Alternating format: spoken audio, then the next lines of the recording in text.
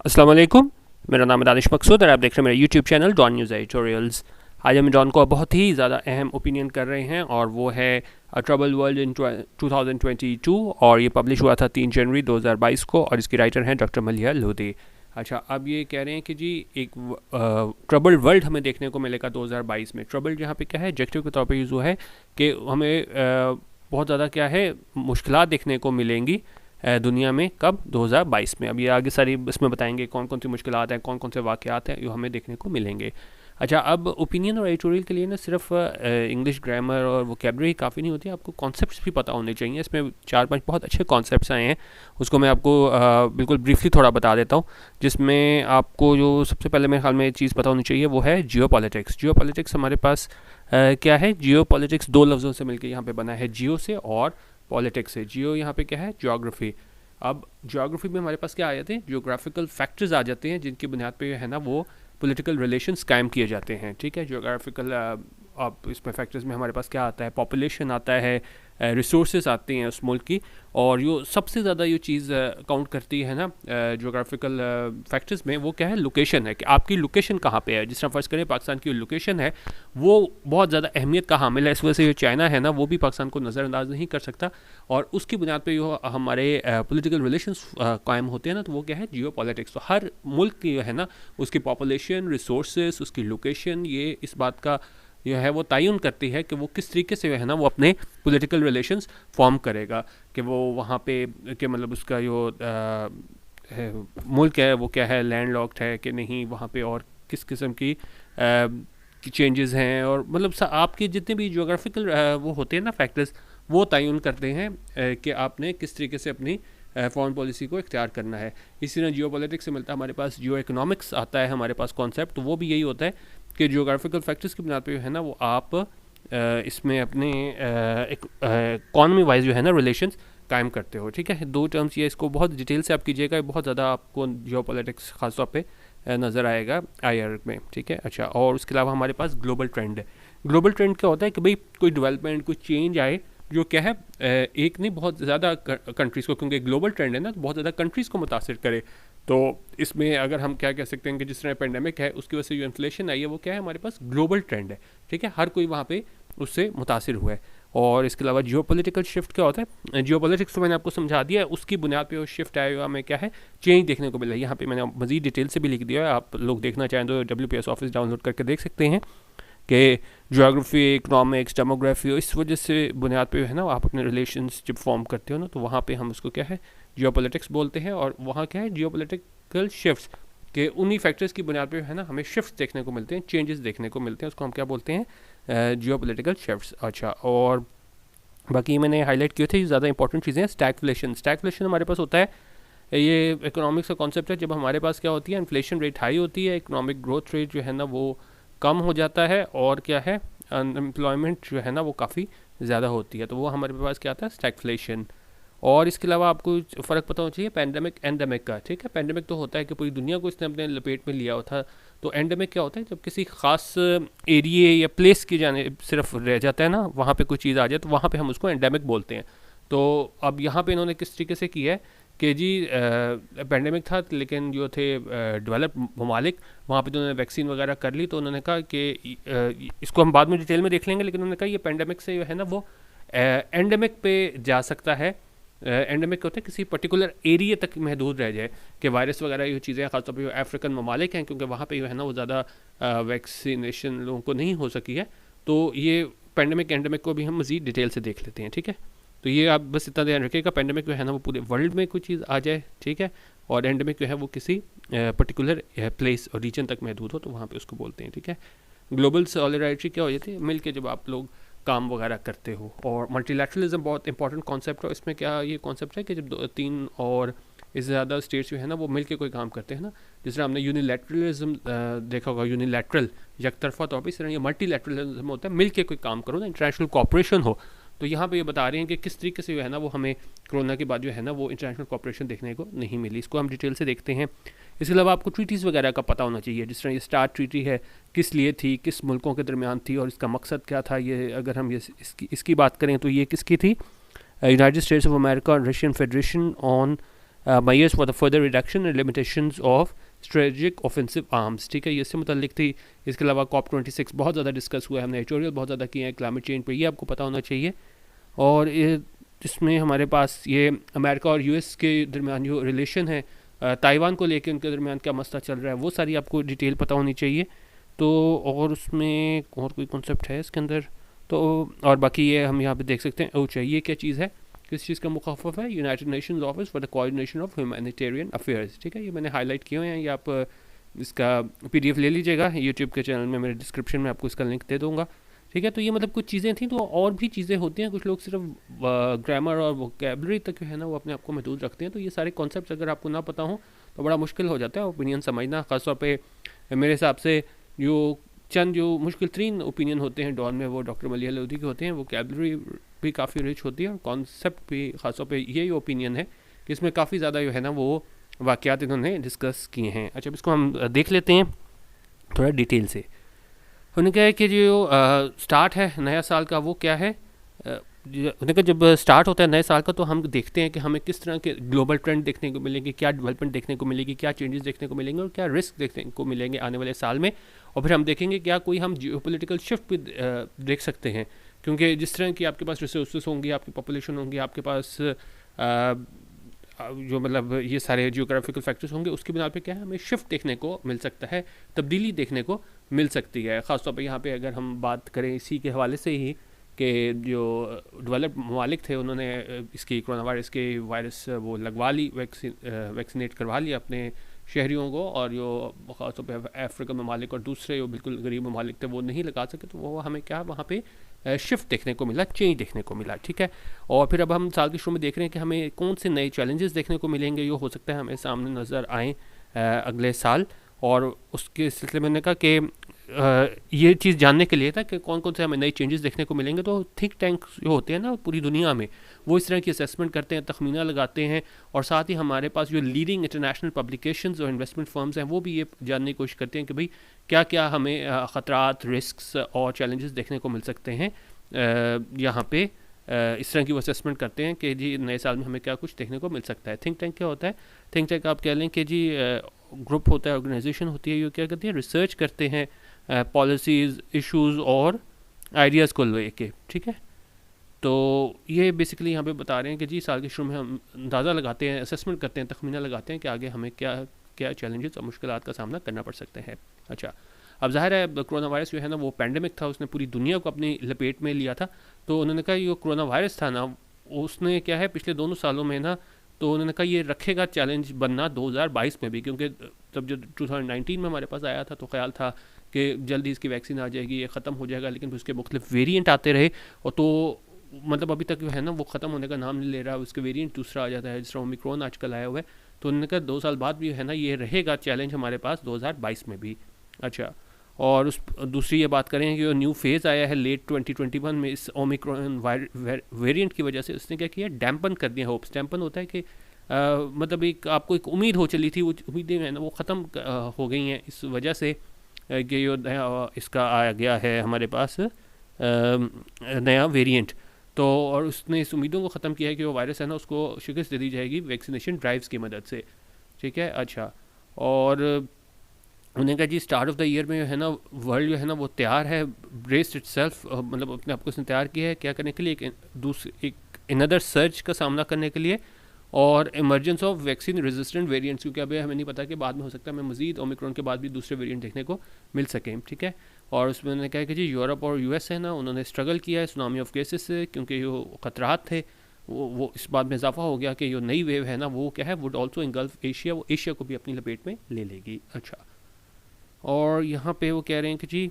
2022 उन्होंने कहा देखेगा ममालिक जो है ना उनको सामना करना पड़ेगा मल्टीफेसेटेड के, मतलब मुख्तलिफ जो पहलू होते हैं, disruptive fall out of Covid. Disruptive होते कोई चीज़ जो है ना वो ट्रबल परेशानियों का बायस बने, फॉल आउट होता है किसी सिचुएशन और एक्शन के एडवर्स रिजल्ट जो उसके क्या हैं नुकसानात होते हैं। तो ये किस चीज़ के नुकसानात की बात हो रही है, कोविड के नुकसानात की बात हो रही है। तो इनका 2022 में भी है ना वो मल्टीफेसेटेड डिस्ट्रप्टिव फॉल आउट हमें देखने को मिलेगा कोविड का, एंड अबव ऑल सबसे ज़्यादा इट्स इकोनॉमिक कॉन्सिक्वेंसेस, इसके जो माशी नताइज है वो हमें देखने को मिलेंगे 2022 में, स्पेशली स्टैगफ्लेशन, खासतौर पर स्टैगफ्लेशन मैंने आपको बता दिया था कि जब इन्फ्लेशन बहुत ज़्यादा हाई हो जाती है और हमारे पास ग्रोथ रेट कम हो जाता है और क्या है एम्प्लॉयमेंट भी हमारे पास ज़्यादा हो जाती है, तो उन्होंने कहा हमें स्टैगफ्लेशन देखने को मिलेगी क्योंकि ग्रोथ स्लो होगी और इन्फ्लेशन जो है ना वो बढ़ जाएगी दुनिया में। फिर हमें ग्लोबल सप्लाई डिस्ट्रप्शंस देखने को मिलेंगी और उस वजह से प्राइसेस में इजाफा होगा। और उन्होंने कहा जी मोस्ट असेसमेंट्स जो हैं तखमीना ये है कि जी इन्फ्लेशन जो है ना वो की ग्लोबल ट्रेंड इन 2022 होगा which will jeopardise economic recovery, yo jeopardise कर देगा, यो मुतासिर करेगा किसको, माशी रिकवरी को, बहाली को। ठीक है, जिसमें मैंने आपको बताया था ग्लोबल ट्रेंड होते हैं कि क्या चेंजेस आ रहे हैं, तो ये चीज़ है ना इन्फ्लेशन, वो असेसमेंट्स जो मुख्तलिफ थिंक टैंक करते हैं और दूसरे इन्वेस्टमेंट फर्म्स टेकअप करती हैं, तो उसमें ये है कि ये इन्फ्लेशन जो है ना वो हमें क्या है की ग्लोबल ट्रेंड देखने को मिल सकता है 2022 में। अच्छा, अब दूसरी बात करें जियो पॉलिटिक्स ऑफ वैक्सीन्स। ठीक है, वो जारी रहेंगी क्योंकि उन्होंने कहा कि जी वो वैक्सीन डिप्लोमेसी है और दूसरी है अनइक्वल एक्सेस टू वैक्सीनेशन। ठीक है, जिसमें काफ़ी हम इस पर बात कर चुके हैं कि डेवलप्ड वर्ल्ड है उन्होंने तो अपने शहरियों को लगवा लिया, लेकिन ये दूसरे लोग रह गए, तो उन्होंने कहा ये अनइक्वल एक्सेस टू वैक्सीनेशन है रिच की जानिब से और डेवलपिंग कंट्रीज़ की जानिब से। इन दोनों के दरमियान जो मतलब एक फ़र्क है, डिस्पैरिटी है, तो उन्होंने कहा ये जो है ना वो जारी रहेगी। और उन्होंने कहा अगर हम लेसन देखें, सबक देखें पिछले साल का, वो क्या है, वो ऐसा लगता है कि अभी भी हमने नहीं उससे कुछ सीखा है। और वो क्या सबक था, that no one is protected unless everyone is protected, कि कोई भी अपने आप को महफूज नहीं समझ सकता अगर हर कोई जो है ना वो प्रोटेक्टेड ना हो, महफूज ना हो, क्योंकि ये इस तरह की बड़ी इसकी ज़्यादा ट्रांसमिसिबिलिटी होती है, एक से दूसरे जगह फैलता है, तो मतलब आप ये नहीं कह सकते एक कोई महफूज हो गया तो दूसरा भी महफूज हो गया, हो सकता है दूसरे से जो है ना वो ट्रांसमिट होकर आ जाए। तो उन्होंने कहा no one is protected unless everyone is protected. अच्छा, और यहाँ पे फिर WHO चीफ की बात हो रही है कि वो, लेकिन मैंने कहा इन सब के बावजूद भी ना हमने कोई सबक नहीं सीखा है और वैक्सीन डिस्पैरिटीज़ जो है ना वो परसिस्ट हैं, वो जारी हैं, और इसी वजह से जो है ना वो ज़ोर देना पड़ा WHO चीफ को कि उन्होंने कहा कि आप ये ख़त्म करें, क्या चीज़, बड़ी इंपॉर्टेंट चीज़, ग्लोबल वैक्सीन इनएक्विटी। ठीक है, कि ये आप कह लें ना कि वो मसावात नहीं है कि हर किसी को इक्वली या दस्तयाब नहीं है वैक्सीन, उन्होंने कहा इसको ख़त्म करें, ऐसा कहा WHO चीफ ने। और इसके अलावा और क्या है, उन्होंने कहा जी टॉम स्टैंडेज, ये कौन है, editor of economist world ahead in 2022 publication, उन्होंने क्या कहा, उन्होंने कहा कि जी उन्होंने 10 ट्रेंड्स की बात की और साथ उन्होंने बात की ट्रांजिशन, चेंज इस पेंडेमिक की, कि ये पेंडेमिक शिफ्ट हो जाएगा एंडेमिक में। ठीक है, क्योंकि पेंडेमिक था पूरे मुल्क को, पूरी दुनिया को इसने अपनी लपेट में लिया हुआ था, लेकिन ज़ाहिर है जब डेवलप्ड वर्ल्ड ने जो है ना इसको वैक्सीनेशन के ज़रिए और दूसरे इसके ज़रिए वैक्सीन के ज़रिए और ये ड्राइव जो होती है इनोकुलेशन, तो उसके ज़रिए है ना इसको इन्होंने काबू पा लिया। तो ये पेंडेमिक से उन्होंने कहा कि ये एंडेमिक में शिफ्ट हो जाएगा, किसी पर्टिकुलर एरिया में रह जाएगा, और ज़ाहिर है ये वो एरिया होंगे जो जिनके पास इतनी ज़्यादा फाइनेंशियल रिसोर्सेज नहीं है कि वो अपने शहरियों को ये लगा सकें, तो ये पेंडेमिक से एंडेमिक में शिफ्ट हो जाएगा। और किसके नतीजे में, कि ये एंटीवायरल पिल्स, अपग्रेडेड वैक्सीन और एंटीबॉडी ट्रीटमेंट्स जो करवाए जाएंगे इन तरक्की याफ्ता ममालिक की जानिब से। बट ही कंक्लूड्स टेलिंगली, लेकिन उसने आखिर में नतीजा क्या अखज़ किया कि जी tellingly that a virus will remain deadly, कि वायरस जो है ना वो क्या है, ख़तरनाक रहेगा, कहाँ पे, डेवलपिंग वर्ल्ड में रहेगा, while rich countries will extricate themselves from COVID, जबकि वो रिच कंट्रीज़ हैं, अमीर ममालिक हैं, वो अपने आप को एक्सट्रिकेट कर लेंगे कोविड से, यानी अपने आप को इससे आज़ाद कर लेंगे। ठीक है, तो बेसिकली यहाँ पे डिस्पैरिटी की बात हो रही है, इनइक्विटी की बात हो रही है between developing world and developed world in इसकी वैक्सीन को लेके। ठीक है, अच्छा, और फिर हमें एक और चीज़ जो देखने को मिली और आगे भी हमें देखने को मिलेगी, वो क्या है, लैक ऑफ ग्लोबल सॉलिडारिटी, क्योंकि पूरा दुनिया ही यहाँ से मुतासिर थी, तो बजाय इसके कि एक दूसरे को साथ देते, तो हमें इसकी मतलब साथ देने की जगह हमें क्या है, एक कॉम्पिटिशन का आंसर वहाँ पे नज़र आया, इंटरनेशनल कॉपरेशन हमें नहीं नज़र आई, ग्लोबल सॉलिडारिटी नहीं नज़र आई। तो उन्होंने कहा जो हमें नहीं देखने को मिली ग्लोबल सॉलिडारिटी, जिसको देखा गया पैंडेमिक के दौरान, वो एक अनदर ट्रेंड है, एक और ट्रेंड है, जो उन्होंने कहा वो लाइकली टू परसिस्ट, की उम्मीद है कि वो जारी रहेगा in many areas this year. उन्होंने कहा बजाय इसके कि बिग पावर्स के कहने के बावजूद कि जी हम मल्टीलैटरलिज्म को सपोर्ट करेंगे,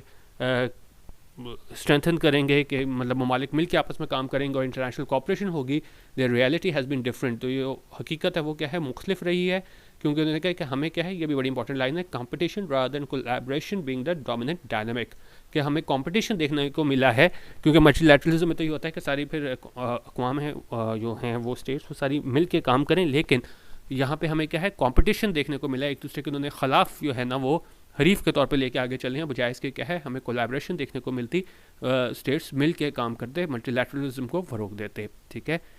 अच्छा अब क्योंकि ज़ाहिर है हर किसी को अपने मुल्क की फ़िक्र पड़ी हुई थी, आपकी अपनी इकॉनमी जो है बड़ी मुतासर हो रही है, तो बड़ा मुश्किल होता है कि आप दूसरे ममालिक को सपोर्ट करो। तो उन्होंने कहा countries preoccupation with domestic problems will also weaken global cooperation, क्योंकि ज़ाहिर है हर किसी को, हर कोई मुल्क है वो मुतासर है इसमें, इस वजह से क्या कहते हैं इसके अफेक्ट की वजह से जो हमारे पास इसके असरात आए हैं कोरोना वायरस के, तो हमें जो है वो मतलब वो सारे अपनी डोमेस्टिक प्रॉब्लम्स में वो हैं मसरूफ़ हैं, और इस वजह से हमें ग्लोबल कॉपरेशन देखने को नहीं मिली। फिर यहाँ पे बात कर रहे हैं कि एनुअल स्ट्रेटजिक सर्वे है London based international institute of strategic studies का, वो भी ये बताता है कि हमें कॉपरेशन गैप देखने को मिला है की एरियाज़ में, और ये क्या है टॉप ट्रेंड है। और लेकिन साथ उन्होंने कहा कुछ हमें कुछ कामयाबी भी देखने को मिली है, उसमें उन्होंने एक स्टार्ट ट्रीटी की बात की है COP26 जो क्लाइमेट चेंज पे हुई थी, इस पर हमने काफ़ी एडिटोरियल किए थे, तो ये कुछ उन्होंने कॉपरेशन सक्सेस की बात की है। और इसके अलावा लेकिन उन्होंने कहा है कि जी हमें क्या है रिविजन ही देखने को मिली है दुनिया में। इसी सिलसिले में उन्होंने कहा जी फाइनेंशियल टाइम्स अपने हालिया एडिटोरियल में उन्होंने क्या डिस्क्राइब किया है कि हमें सीरियस फेलिंग्स, नाकामियाँ देखने को मिलेंगी इंटरनेशनल कोऑर्डिनेशन की और कॉपरेशन की। और क्या कह रहे हैं और उसमें एक बड़ा वजह ये भी है कि हमें जो है ना टेंशन देखने को मिलती हैं बिग पावर्स के दरमियान। ठीक है, और उन्होंने कहा बजाय इसके कि ये जो कम होती हैं far from abetting the intensified, इसमें जो है ना और इजाफा हुआ है। ख़ासतौर पर यहाँ किस तरफ इशारा कर रहे हैं, अमेरिका और US की जानिब इशारा कर रहे हैं। ठीक है, उन्होंने कहा जी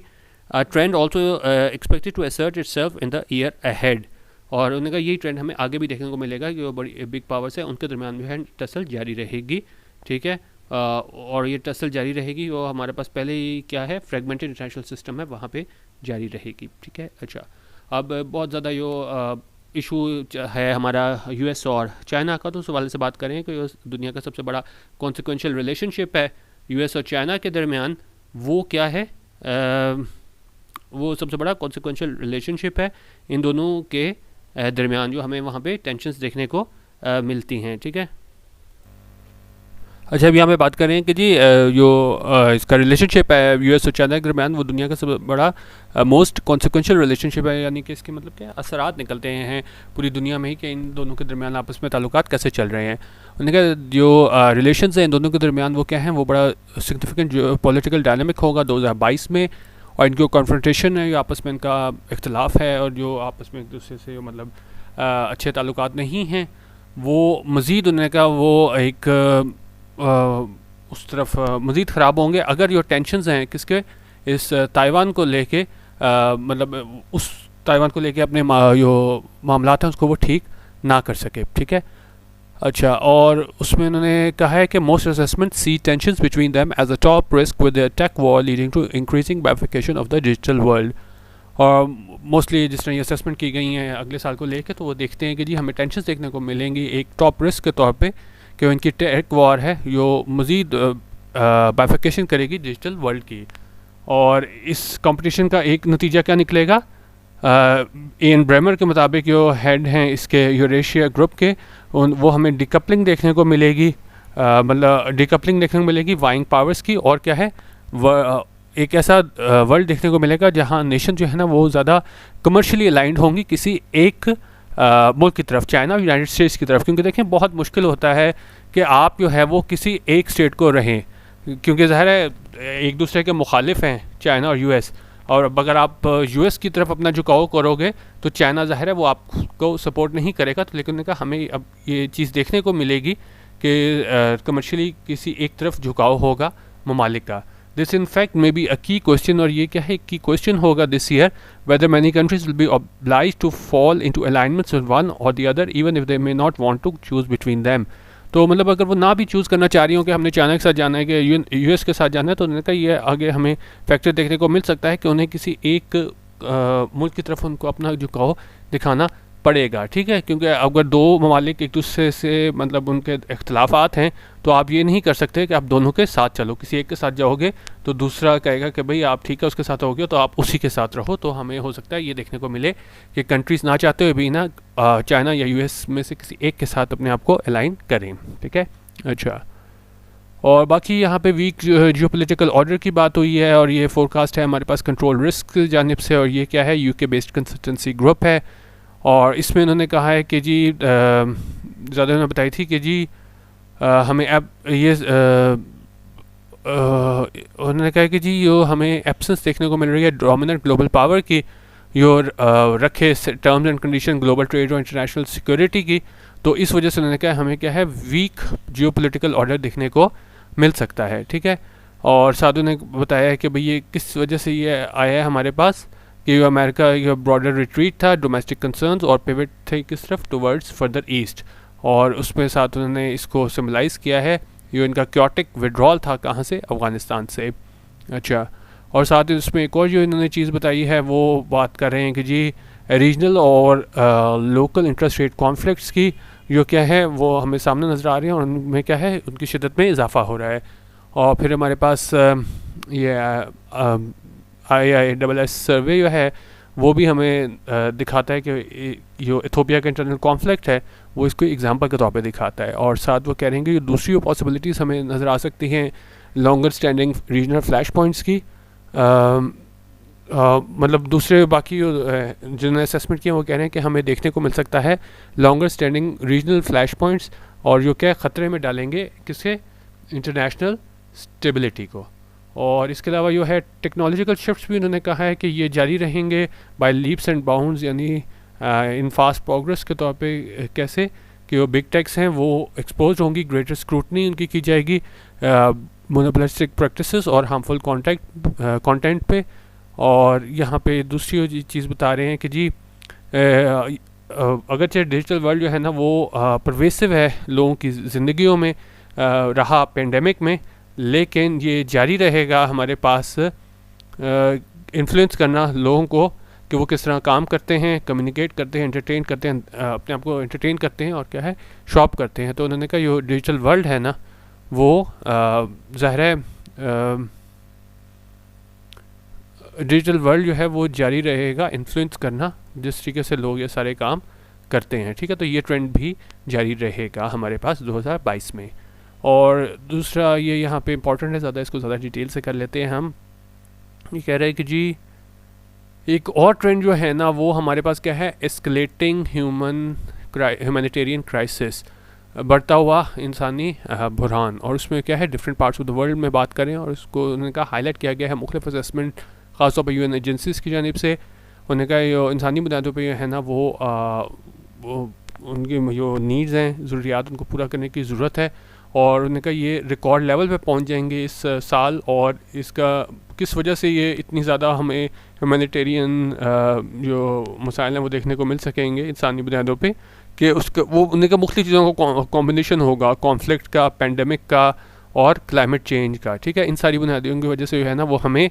ये ह्यूमैनिटेरियन क्राइसिस देखने को मिल सकता है। और कह रहे हैं UN की रिलीफ एजेंसी है OCHA से मैंने आपको बताया था क्या बनता है हमारे पास, United Nations office for the coordination of humanitarian affairs, ठीक है। इसने एक अपील की है कितने 41 बिलियन डॉलर्स की, ताकि मदद की जा सके 183 मिलियन लोगों की जिनको ज़रूरत है लाइफ सेविंग असिस्टेंस की अक्रॉस द वर्ल्ड, पूरी दुनिया में। और उसमें जो सबसे ज़्यादा कहाँ पे मसाइल हैं उसमें एक तो हमारे पास डायर सिचुएशन है अफ़गानिस्तान में, स्टैंड्स आउट, यानी कि सबसे ज़्यादा यह है ना कुछ चीज़ स्टैंड आउट करने का क्या मतलब होता है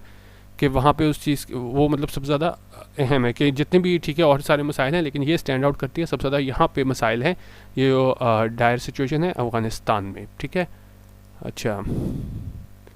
ठीक है, इसको स्टैंड आउट को टू बी वेरी नोटिसेबल भी बोल सकते हैं, ठीक है। और उन्होंने कहा ये सिचुएशन अफगानिस्तान में वो क्या है विच हैज़ बीन वर्सनिंग, वो क्या ख़राब होती आ रही है डिस्पाइट रीसेंट इंटरनेशनल एफर्ट्स, जो बावजूद इसके जो हालिया हमें इंटरनेशनल एफर्ट्स देखने को मिली हैं to step up humanitarian aid, के इसको बढ़ाया जाए ह्यूमैनिटेरियन एड को, ठीक है। अच्छा, और कह रहे हैं जी जो geopolitical consequences of humanitarian catastrophe are all too apparent, और ये बहुत ज़्यादा अपीरेंट है, बड़ा बिल्कुल ज़ाहिर होते हैं जो हमें ये ह्यूमैनिटेरियन कैटास्ट्रोफे जो देखने को मिल रहा है, और वो किसके नतीजे में, ये जो पॉलिटिकल कॉन्सिक्वेंसेस हैं उसके नतीजे में हमें देखने को मिल रहा है। तो ये बहुत आया है। और उन्होंने कहा जो टॉप 12 रिस्क 2022 के लिए हमें देखने को मिले इस वाशिंगटन बेस्ड अटलांटिक काउंसिल की जानिब से, वो पॉइंट करता है, वो इशारा करता है to the danger of state collapse in Afghanistan, कि वहाँ पे हमें इशारा देखने को मिल सकती है, ख़तरा इस बात का है कि स्टेट कोलैप्स कहाँ पे, अफगानिस्तान में। और इसके उन्होंने कहा बड़े फार रीचिंग रिपरकशंस होंगे वर्ल्ड के लिए। फार रीचिंग होता है इसके बहुत ज़्यादा दूररस रिपरकशन होता है, नताइज। ठीक है, तो उन्होंने ये जो हमारे पास वाशिंगटन बेस्ड अटलांटिक काउंसिल था ना, इसने जो टॉप 12 रिस्क बताए 2022 में, उसमें एक रिस्क उसमें क्या बताया था कि डेंजर है स्टेट कोलैप्स का अफगानिस्तान का, जिसके बहुत ज़्यादा दूररस नताइज होंगे दुनिया के लिए। अब कह रहे हैं जी द लाइकली ट्रेंड्स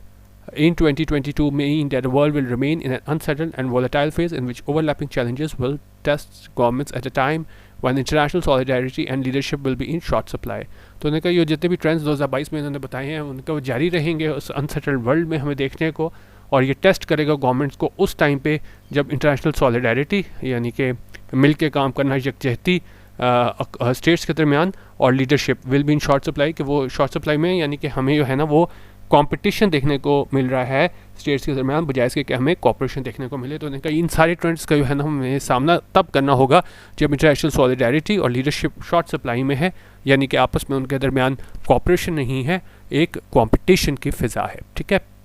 मल्टीलैटरलिज्म का फुकदान है। अच्छा, ये आज काफ़ी ज़्यादा अहम ओपिनियन था, इसको आप पढ़िएगा, और जितने भी दूसरे वाक़यात हैं, ट्रीटीज़ हैं, उसकी मज़ीद डिटेल से पढ़िएगा, क्योंकि देखें अभी इसको हमने काफ़ी छोटा करके पढ़ा है, फिर भी 26 मिनट इसमें हो गए हैं, तो ये काफ़ी ज़्यादा इंपॉर्टेंट है। तो इसको आप ज़्यादा इसमें डिटेल से देख लीजिएगा, और अपना आप कमेंट वगैरह भी कर दीजिएगा, और क्योंकि मेरी कोशिश होती है कि वीकेंड पे है ना वो मैं आपको ओपिनियन में आपसे शेयर कर सकूँ। ठीक है, बाकी आपने मेरा व्हाट्सएप ग्रुप ज्वाइन करना हुआ, पेड मेरा व्हाट्सएप ग्रुप है 200 रुपीज़ पर मंथ का, जहाँ पे हम रोज़ एक डेली एडिटोरियल वीडियो शेयर करते हैं रात को। बाकी इसके अलावा PDFs होते हैं हमारे पास, तो वो आप ज्वाइन कर सकते हैं। 200 rupees per month fees join करके आप 0306-436-8023, ठीक है, नंबर दोबारा बोल देता हूँ 0306-436-8023। तो यही मेरे नाम से ये अकाउंट टाइटल है, दानिश मकसूद। यहाँ पे आप 200 रुपीज़ जायज़ कैश करके स्क्रीनशॉट सेंड करें तो 24 घंटे में आपको ग्रुप में शामिल कर लिया जाएगा। तो ये आप चेक कर लीजिएगा, और ग्रुप पसंद आने की सूरत में 3 दिन में आपको रिफ़ंड कर दिया जाएगा। ठीक है, तो इसका मकसद मेरा सिर्फ यही है कि सिर्फ ये वाकई जो सीरियस लोग हैं वही है ना वो ग्रुप ज्वाइन कर सकें। ठीक है, बाकी आप इसको देख लीजिएगा और अपनी फ़ीडबैक भी दे दीजिएगा। और हमारा चैनल, हमने एक फेसबुक पेज भी बनाया हुआ है यंग वर्ल्ड पाकिस्तान के नाम से, और एक हमारा एक्सप्रेस ट्रिब्यून का एडिटोरियल और ओपिनियन का पेज है, वो भी आप ज़रूर चेक कर लीजिएगा। वीडियो देखने का बहुत शुक्रिया। अल्लाह हाफ़िज़। पाकिस्तान जिंदाबाद।